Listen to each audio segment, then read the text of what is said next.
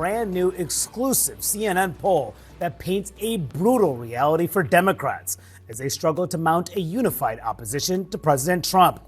Americans' favorable views of the Democratic Party's brand are at a record low, just 29%. That's compared to 36% for Republicans. It is the lowest ever recorded for Democrats in CNN polling going back more than 30 years. As you can see, the party's numbers dropping a staggering 20 points in just 4 years.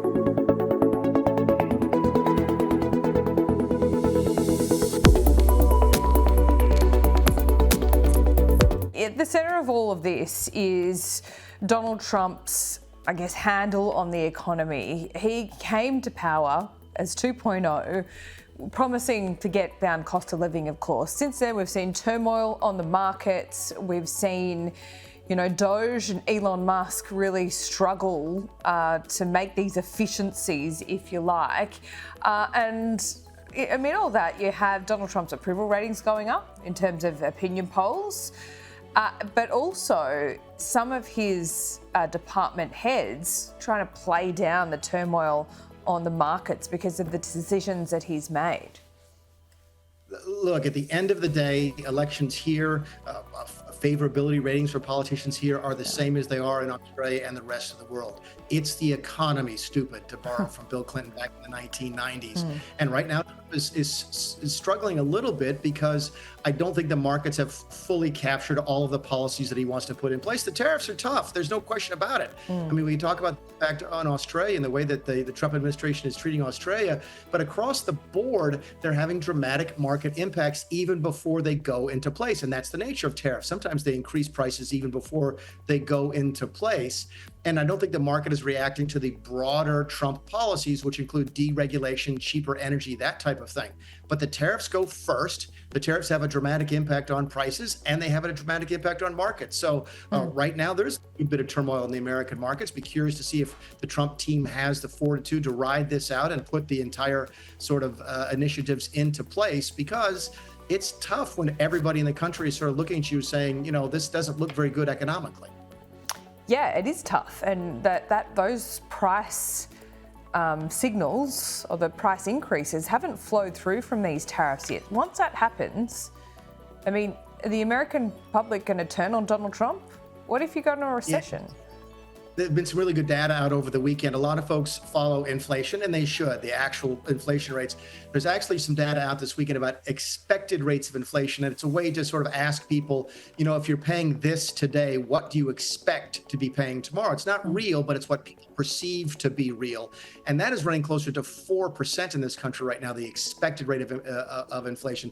And that is a problem. Look, Trump wants to spend more money, and he wants to put tariffs on, but he doesn't want any inflation. That's going to be difficult to do. You can do it, Laura, through deregulation. You can do it with good energy policy. You can do it with other important policies, but those are slower than the things they've chosen to do first. What about us being labelled as dumpers?